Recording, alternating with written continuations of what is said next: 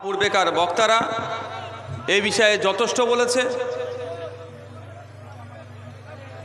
বর্তমান পরিস্থিতি নিয়ে, আমাদের পার্টির অবস্থান নিয়ে এবং সারা পশ্চিমবাংলা নয় সারা দেশে কিভাবে সাম্প্রদায়িক বাতাবরণ তৈরি করার চেষ্টা হচ্ছে সেই সমস্ত বিষয় নিয়ে আপনাদের সামনে যথেষ্ট আলোকপাত করেছে। আমরা ইন্ডিয়ান সেকুলার ফ্রন্ট কাশ্মীরে পেহেলগাঁওতে যে বর্বরোচিত সন্ত্রাসবাদী হামলা হয়েছে, হামলার তীব্র নিন্দা প্রতিবাদ জানিয়েছি। যে সমস্ত মানুষগুলো, নিরস্ত্র মানুষগুলো, আমাদের পরিবারের ছেলেগুলোকে যারা খুন করেছে, সেই খুনিদের বিরুদ্ধে ঐক্যবদ্ধ হয়ে লড়াই করার বার্তাও আমরা জানিয়েছি। গত পরশুদিন রাত্রে 1:30টার দিকে আপনারা শুনেছিলেন বা দেখেছেন, এখনো দেখছেন, আমাদের দেশের 3 বাহিনী, Indian army, Indian air force, Indian navy, এদের যৌথ উদ্যোগে পাকিস্তানের একাধিক জায়গাতে আক্রমণ চালিয়েছে এবং সেনা যে প্রেস স্টেটমেন্ট দিয়েছে সেখানে সরাসরিভাবে তেনারা ঘোষণা দিয়েছেন যে তারা জঙ্গিদের বিরুদ্ধেই আক্রমণ চালিয়েছে। আমরা সাধুবাদ জানিয়েছি, আমরা সমর্থন জানিয়েছি এবং সাথে সাথে কয়েকটা বিষয় আমরা বার্তা রেখেছি যাতে আগামী দিনে পাকিস্তানে জঙ্গি চাষ না হয় তার বলিষ্ঠ পদক্ষেপ যাতে পাকিস্তান সরকার নেয়, সেটাও আমাদের দেশের সরকারকে বলিষ্ঠ কণ্ঠে পাকিস্তান সরকারকে বার্তা দিতে হবে। আমরা বরাবরই যে কোনো ধরনের হিংসা, অনৈতিক কাজ, অন্যায়ের বিরুদ্ধে আমরা রুখে দাঁড়িয়েছি এবং আগামী দিনেও আমরা দাঁড়াবো। তবে গুটি কয়েকটা প্রশ্ন থেকে যাচ্ছে, রাজনৈতিক দল হিসাবে করতেই হবে, কারণ অনেকে বলবে এটা রাজনীতি করার সময় নয়, কিন্তু আমরা একজন দায়িত্বশীল রাজনৈতিক দল হিসাবে বলছি এটাই রাজনীতি করার সময়, এটাই প্রশ্ন তোলার সময়। যদি এখন ঠিক করে আমরা প্রশ্ন তুলতে পারি তাহলে আগামী দিনে সেই কাশ্মীর হোক, আপনার রাজস্থান হোক, পাঞ্জাব হোক, মহারাষ্ট্র হোক, গুজরাট হোক, যে কোনো জায়গায় সন্ত্রাসবাদী হামলার আগে তাদেরকে রুখে দেওয়ার জন্য প্রস্তুত নেবে। প্রশ্ন আমার এখানে গুটি কয়েক, যেটা চলছে সেখানে আমার প্রশ্ন নয়, যেটি ঘটে গেল সেখানে গুটি কয়েক আমার প্রশ্ন, আমাদের প্রশ্ন থেকে যাচ্ছে। প্রথম প্রশ্ন হচ্ছে, যারা বর্ডার পার করে প্রায় 300 কিলোমিটার ভিতরে ঢুকে পেহেলগাঁওতে অ্যাটাক করলো, অ্যাটাক করে মিলিয়ে গেল, অদৃশ্য হয়ে গেল, তাদের কজনকে ধরা হয়েছে এখন পর্যন্ত, সেটা ভারত সরকারকে জবাব দিতে হবে, মোদিজিকে জবাব দিতে হবে, অমিত শাহজিকে জবাব দিতে হবে। আমরা আমাদের সেনাদের জয়ধ্বনি দেব। Colonel Sofiya Qureshi, wing commandant Bhumika Singh সহ যারা ওই টিমে ছিলেন তাদেরকে আমরা স্যালুট জানাবো। সাথে সাথে ভারত সরকারকে প্রশ্ন করব, যে কাশ্মীরের মতো জায়গাতে প্রতি 5 মিটার 10 মিটার ছাড়া করে সেনা থাকতো, সেই কাশ্মীরের মতো জায়গাতে কিভাবে একটা পার্কের মধ্যে ঢুকে পার্কের গেট লাগিয়ে দিয়ে ধর্ম দেখে দেখে খুন করার সময় পেল? এই জবাবটা কিন্তু আপনাদেরকেও দিতে হবে, জবাব দিতে হবে না? আমরা যারা কাশ্মীরে গিয়েছি তারা জানতে পারবেন, প্রতি 10 মিটার ছাড়া, প্রতি 15 মিটার ছাড়া সেন্ট্রাল ফোর্স থাকে সেখানে, তাদের জিজ্ঞাসা প্রয়োজনে চেক করে। শুধু তাই নয়, এই যে পার্কের মধ্যে আক্রমণ চালিয়েছে, এই পার্কের টিকিট কেটে ভেতরে ঢুকতে হয়। যখন টিকিট কেটে ভেতরে ঢুকবে যারা সিভিলিয়ান, তাদেরকে ওই সময় সেন্ট্রাল ফোর্স চেক করে। ওই দিনকে ছিল না কেন? ছিল না রাখা হয়নি? এই প্রশ্ন থাকছে। এর প্রশ্নের উত্তর কে দেবে? ভারত সরকার দেবে। এটা তদন্ত সাপেক্ষ। আপনারা জানেন যে পশ্চিম বাংলার 3 জন খুন হয়েছিল, শহীদ হয়েছিল এই বর্বরদের আক্রমণে। একজনের নাম খুব চর্চা হয়েছে, যদিও তার নাগরিকত্ব নিয়ে অনেক প্রশ্ন আছে, ওই বিতর্কে আমি জড়াবো না। এদিকটা সামনের দিকে আসলে তো বলতে ভালো লাগবে, আমার মুখটা এদিকে চলে আসছে। যারা ভলেন্টিয়ার আছে কি করছেন আপনারা?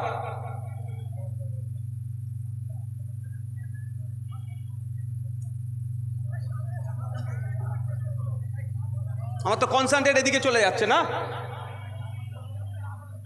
আরো দুজন আছে, একজনের বেহালা শখের বাজারের ওখানে বাড়ি, আর একজনের বাড়ি আপনার পুরুলিয়াতে। আমি গোপনে চুপি সারে বেহালায় সমীর বাবুর বাড়িতে গিয়েছিলাম। ওই বর্বরদের গুলিতে সমীর বাবুও শহীদ হয়েছিল, তার স্ত্রীর সাথে ছিল, তার স্ত্রী তার পরিবারের সাথে আমি কথা বলেছিলাম।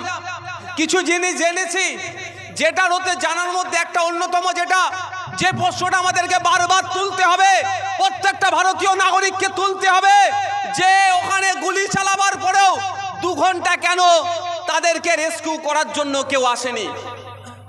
2 ঘন্টা পরে রেস্কিউ করার জন্য আধিকারিকরা এসেছেন, প্রশাসন এসেছেন।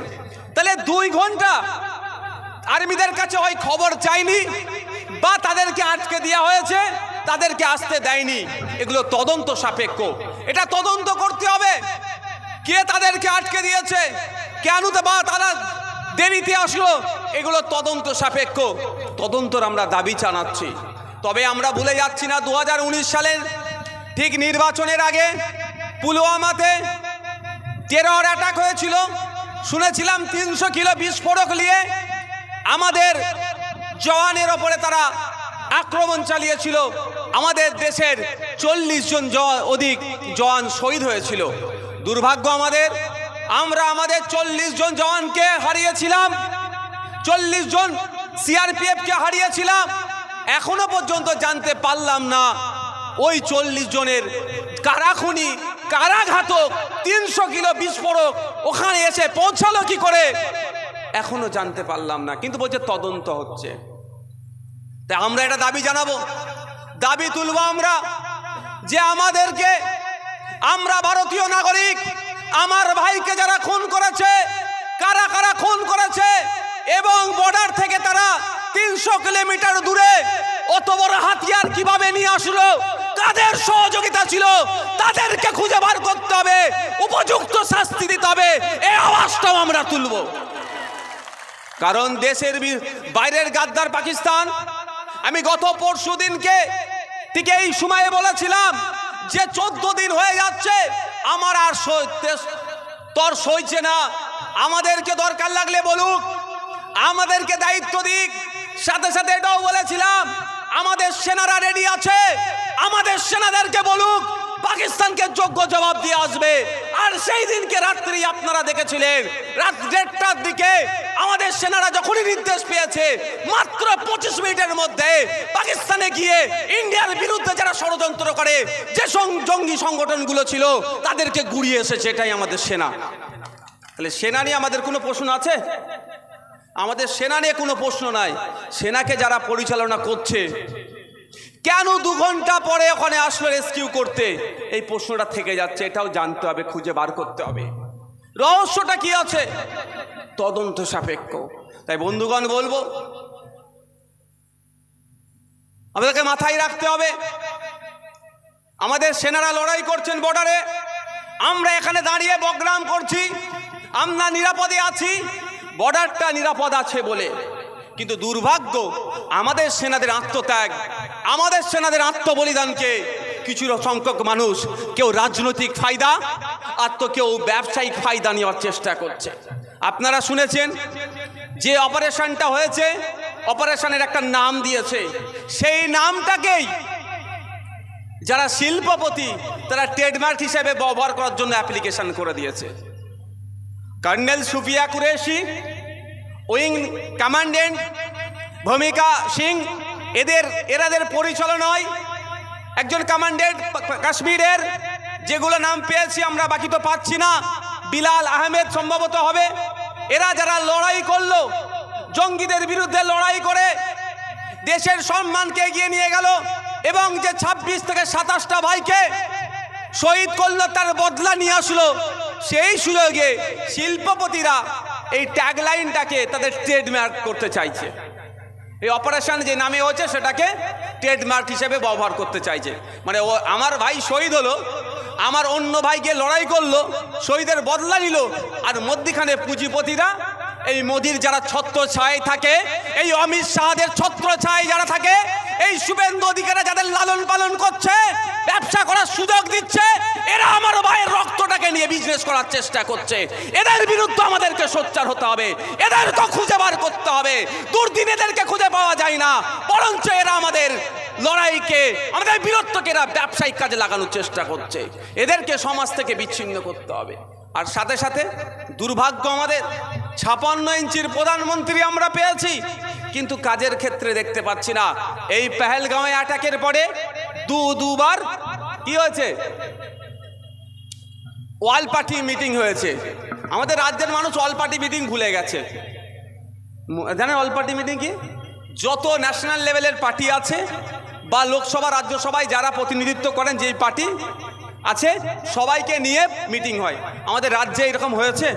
আমি তো বিধায়ক 4 বছর হলাম, একবারের জন্য অল পার্টি মিটিং ডাকতে শুনলাম না রাজ্য সরকারকে।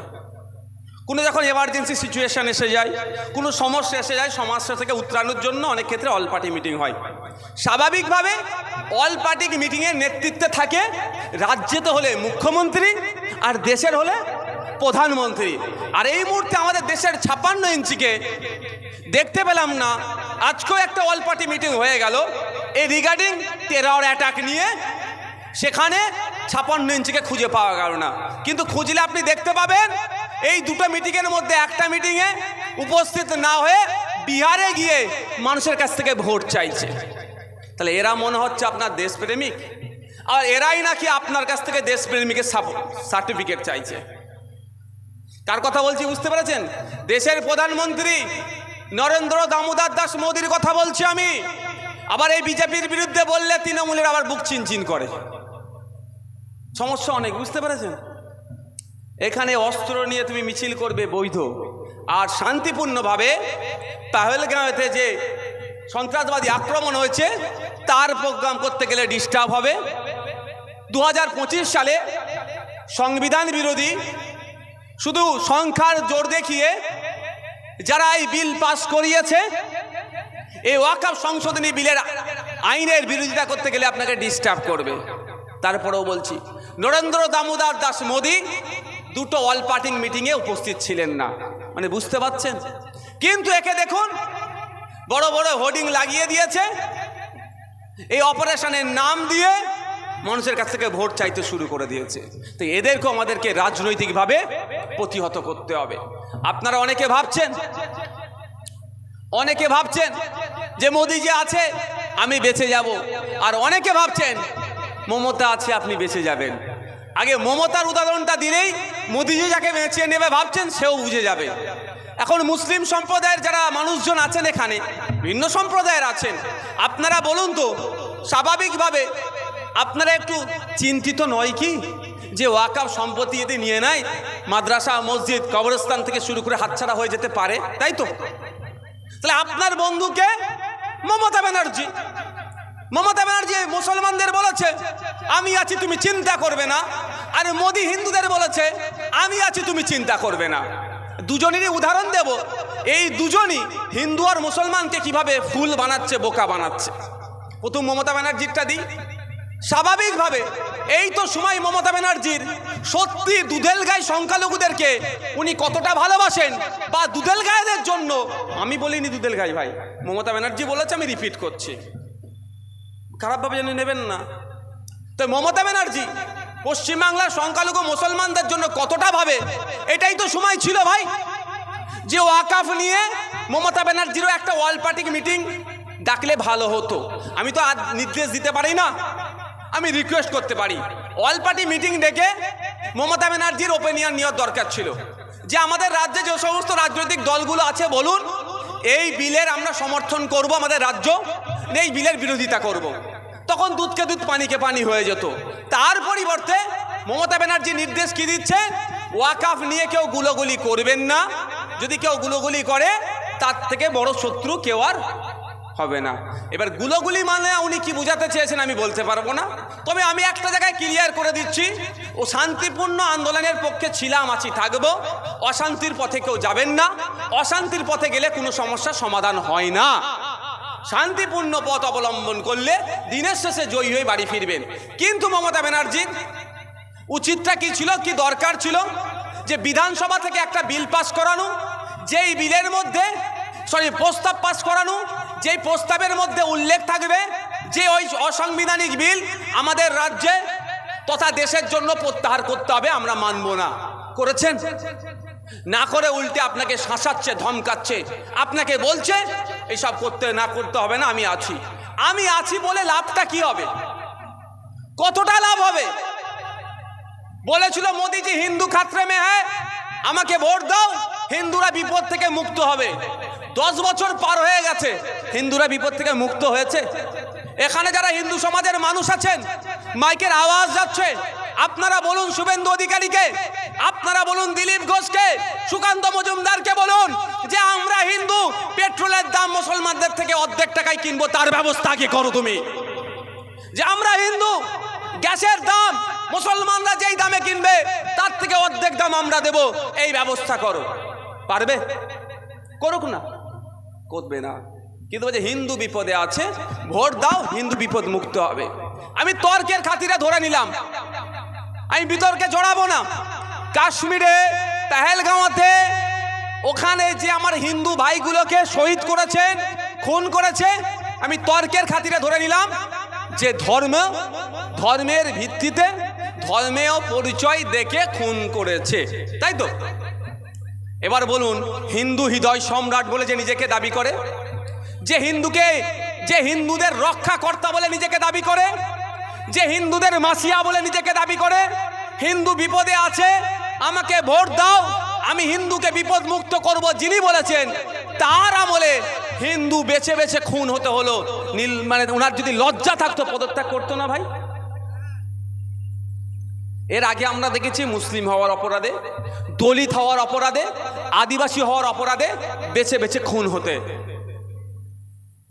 মুসলমানকে কেউ রক্ষা করার নয়, আদিবাসীকে কেউ রক্ষা করার নয়, দলিতকে কেউ রক্ষা করার নয়, কিন্তু হিন্দু রক্ষা করার জন্য তো একজন আছেন, এখন বলছেন যিনি, তার আমলে হিন্দু বেছে বেছে খুন হতে হলো, উনি চুপ করে যাচ্ছেন। কেন খুন হতে হলো এই প্রশ্নটা তুলবেন না? এই হিন্দু তো আমার প্রতিবেশী, আপনার আমার প্রতিবেশী, তো আমার প্রতিবেশী যেমন মুসলমান, হিন্দু, দলিত, আদিবাসী সবাই তো আমার প্রতিবেশী। এই প্রশ্নটা তুলবেন না আপনারা? তুলতে হবে আপনাদের। যে মোদিজি আপনি কি করলেন?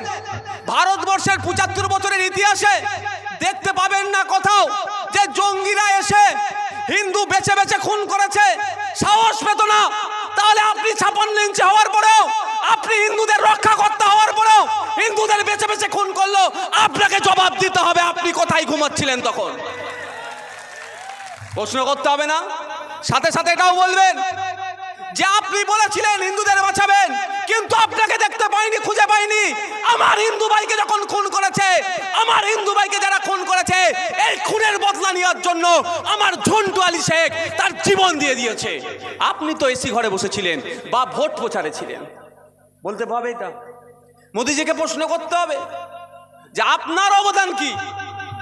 আপনি রক্ষা কর্তা বলেছিলেন, আপনার অবদানটা কি? দেখবেন যখনই এটা প্রশ্ন করবেন আপনি দেশদ্রোহী হয়ে যাবেন, আপনি ভারত বিরোধী হয়ে যাবেন। প্রশ্ন করছেন বিজেপির নেতাকে, আপনি হবেন ভারত বিরোধী। প্রশ্ন করছেন দেশের প্রধানমন্ত্রীকে, আপনি হয়ে যাবেন ভারত বিরোধী। কে বলেছে? বিজেপি বলছে এটা। কিন্তু আমি আপনাদের বলে দিই, দেশের প্রধানমন্ত্রী, দেশের রাষ্ট্রপতি, রাজ্যের মুখ্যমন্ত্রী, প্রশ্ন করার অধিকার জনগণের আছে, এটা মাথায় রাখবেন। ও রাজা, আমরা প্রজা নয়। এই মমতা ব্যানার্জি নির্দেশ দিল এই রাজ্যে আন্দোলন করা যাবে না, চুপ করে শুনে নিতে হবে নাকি? ও বাদশা নাকি আমরা প্রজা নাকি? আমরা সবাই রাজা আমাদের রাজার দেশে। আমরাও এখানে ওজনাকে ওই মুখ্যমন্ত্রীর চেয়ারে বসিয়েছি ভোট দিয়ে, এটা মাথায় রাখবেন।